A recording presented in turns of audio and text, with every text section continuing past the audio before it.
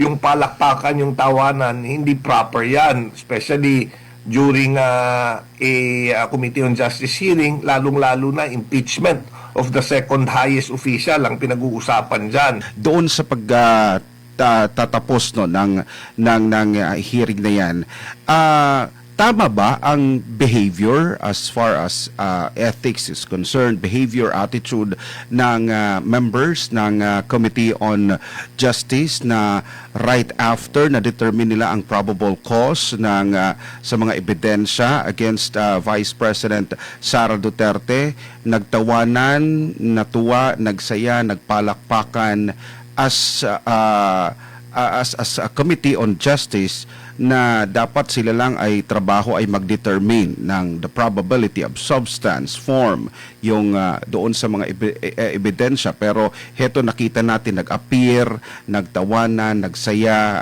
Ano yung observation? Ano yung magiging niyan, parang notion to the public as far as fairness and biases is concerned?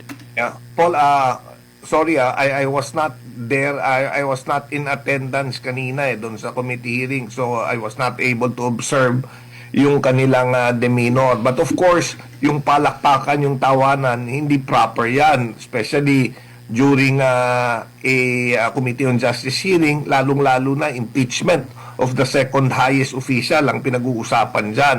But sadly, alam mo, ang impeachment kasi is more political rather than a legal o judicial process pagdating dyan sa House, and meron talagang mga leanings ang mga ibang membro, kaya siguro ganun yung mga naging reaction nila.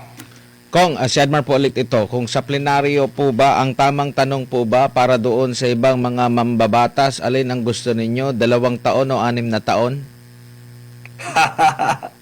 Alam mo, palagay ko na-consider na rin yan ng mga ibang tao, kaya like what I said, kaya siguro yung mga iba gustong-gustong ma-impeach si Vice President dahil may takot sa kanila na baka biglang pagka naging Pangulo si Vice President maimbestagahan at talagang mag-launch ng investigation tungkol doon sa mga anomalyang nangyayari, at siguro yung mga iba natatakot.